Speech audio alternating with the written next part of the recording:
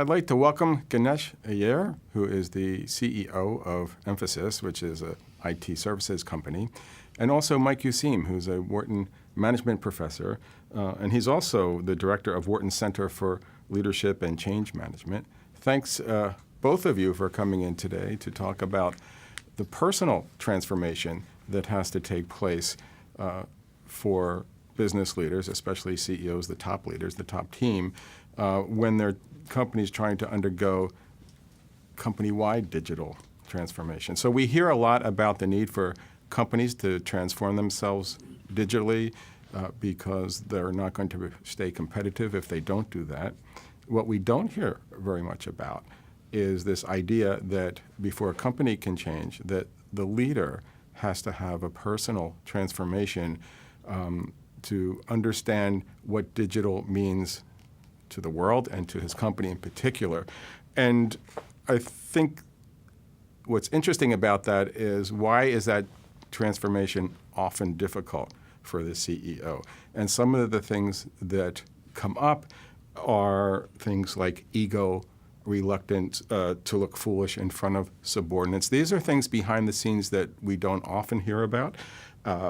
There's denial, there's fear of failure.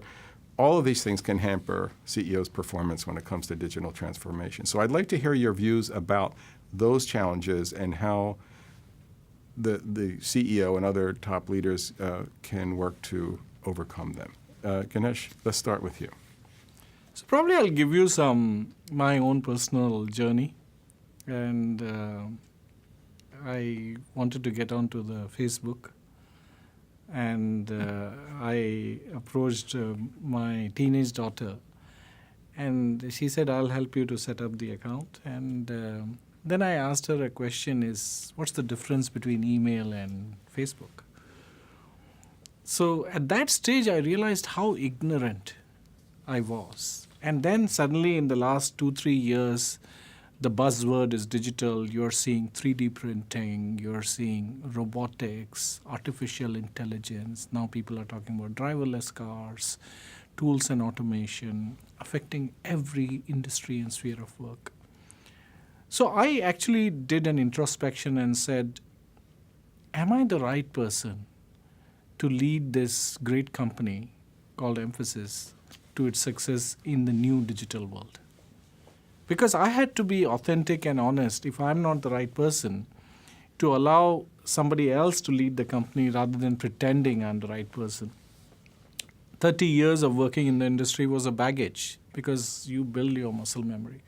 So I would say the first thing is realization whether you need to change is the first point that I had to confront. And once I came to that realization, then I put up a mind map to figure out what would prevent me from learning. I'll come to that later, but I would say the starting point for the CEO is recognition that they have to change. It requires fundamentally change in their learning, new skills to be acquired. And after that, the journey begins. There are lots of hurdles in that journey, but I'll let you get to Mike rather than going on forever on this question. So this is a personal transformation. Yeah, well, to pick up on what Ganesh has said, I think the underlying challenge that everybody, including Ganesh, faces is that the pace of change is, simply put, accelerated. So the technology's out there, what customers want, more rapidly turning over or changing now than, say, 15 or 20 years ago. Historically, thus, companies did have the privilege, if you take the clock back 10 or 15 years, of changing CEOs as the market changed, and at least in the U.S., to some degree in India as well. Chief executives historically have usually served somewhere between 5 and 10 years, and that was sort of the pace of change. So new era, new CEO is replacing the old one. You've got a different kind of person now in that new era. The problem now, though, is that the pace of change is not, let's say, 5 or 10 years. The waves are not that long. They're more like 18 months. And thus, Ganesh and people with comparable positions are really having to reinvent themselves. Otherwise, they're going to get reinvented by the market they're facing. And the digital transformation that we're thinking about, we all know about, if anything, has an even shorter time cycle than just about anything else that we know out there. Thus, back to Ganesh's reference to Facebook and acquiring what you need to know to navigate that, I think it's incumbent on all of us, top executives and frontline managers, to get up to speed on the digital transformation that is literally turning a 5 or 10 year cycle in the way markets work into a 5 or 10 month cycle these days. You made reference, Ganesh, to mind mapping or sort of a shift in thinking when it comes to this. So what did you mean by that, and how did you accomplish that for yourself? So, I started identifying what are the inhibitors for me to change. And I identified ego, ignorance, fear of failure. These are the three factors which I felt would prevent me from changing. Because for me to go and admit that I don't know, please teach me, and going to a teenager or to a fresher within the company, sitting next to him or her, saying, please take me through, what are you doing for the customer? What are the demands of the customer? I had to shed those elements first. Give up my ego and reach deep down within the organization. Basically, let learning and innovation come from all across the organization. That was the starting point in my mind map, which led me to various activities that I undertook over the last 18 months. To say that I have become a digital expert is definitely not true. But in the last 18 months, I have fully realized the power that digital wields, the opportunity it offers to a company like Mphasis, and it is an opportunity for us to surge ahead. And I need to take the ownership of transformation of this company. And that journey started 18 months ago, as I mentioned. And picking up on that, I like the underlying notion that this is something you just have to do.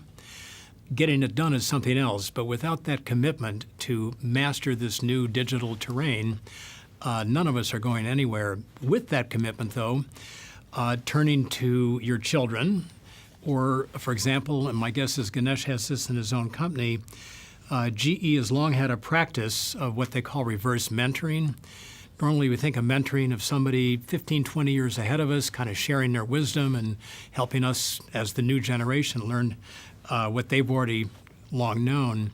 Reverse mentoring means nothing more than taking people who are 20 years younger who have been raised on the digital platform and being willing, without the ego getting in the way, to listen. You have to be willing to listen and learn from people who are much younger in much lower positions of authority, because they are just a great source of thinking about what the company needs, what you can learn.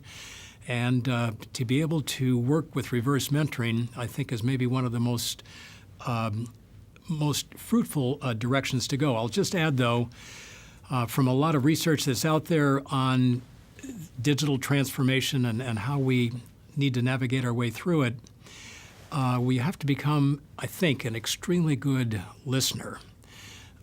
Again, we know a lot if we're in a position of great authority, but the world is changing so fast that if we're not actively listening through social media, if we're not digesting, if we're not analyzing what's out there, we're going to be at a disadvantage as well. So to get back to the main point, taking charge of your own transformation is the first step. And then the second step with that as a commitment is turning to your children, to reverse mentors, and just getting your antenna out there to hear what's going on. Mike, you wrote a seminal book, which was on leadership, called The Leader's Checklist, and it put forth 15 mission-critical principles for managing a company. Is there a digital checklist for leaders that you could draw on through your book that would help CEOs and let's say the top team to think about this whole idea of transformation? Yes, and let me briefly reference the idea of a checklist, and then we'll get into the substance. The idea of a checklist is you've got a list of mission-critical steps you just have to be savvy about, you have to take.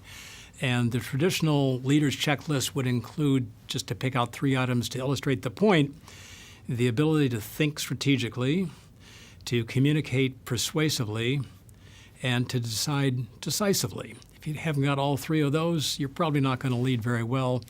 And there are probably another dozen I would add on to that. Having said that, again, when it comes to the digital terrain that we all are on, it's treacherous. I'm going to briefly reference 2 such lists that are out there, and I'd love to hear Ganesh pick up on this and maybe add to what I'm about to very briefly summarize. Our school published a book this year. It's got a great subtitle. The main title, The Engaged Leader, subtitle, A Strategy for Your Digital Transformation.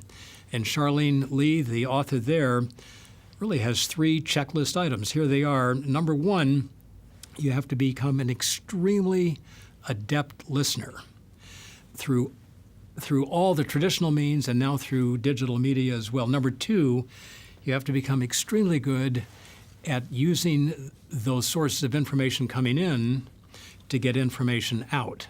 So listening in and then sharing out. And then number 3, and this really is something that I would not have anticipated 5 or 10 years ago, there is so much competition for attention that you also have to become extremely good at engaging those that are hearing where you want to take the company. So in 5 or 10 years back, maybe 20 years back, a memo comes out from the corner office, everybody reads that, and they kind of got their marching orders. Doesn't work that way anymore, to say the obvious. So listening, communicating out, and then especially on that latter point, number 3, learning how to engage people in ways that are much more challenging now. A second checklist, this comes from a nano tool. We do nano tools here.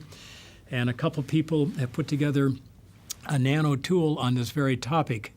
And I'm going to pick out 3 items that they offer, a checklist for a top executive or anybody really in management to be concerned with. Number 1, you have to have compelling content, again, because the information world is so cluttered with competing messages. Number 2, you have to find ways of what the authors of the nano tool refer to as distributional leverage. So how do you actually get the information out to all 15,000 people who are working for you? Number 3, you have to become very good at filtering and analyzing data coming in. Again, so much megabytes of data coming hourly into our office. We need to master the art of digital filtering and analyzing. And I think number 4, this is pretty much a summary for why we're even talking about this topic. Without quite realizing how the advent of digital technology and information has affected the world, it has become a genuinely disruptive force, in the best sense of disruptive innovations, for every market. And so the 4th digital leaders checklist here is, even if you are secure, let's say, in the halls, the groves of academia here, it's coming here, it's come to the New York Times, it's coming to GE, it's coming everywhere. I'll stop on that. Ganesh, you probably have a item or 2 to add to a leader's checklist on digital everything. So, promoting a culture of experimentation, because compressed cycle, innovation, newer ways of doing things. So promoting a culture of experimentation. Second thing is the guts to cannibalize your own business. Totally. And the last one, which I heard from other people and which was very well articulated, world of co-opting or co-creating. So you can do a lot more by co-opting other players to join hands with you so that you can succeed together. It could be your customer, it could be your partner. So these are the 3 attributes which probably in the analog world we didn't need to confront or inject as much. But I certainly hope that every employee within Mphasis is repurposed or is excited about the experimentation, co-opting and co-creation. And last but not least, we as leaders within the company shouldn't be afraid to cannibalize our analog business to make progress in digital. Totally. Thanks very much for joining us, gentlemen. Thank you.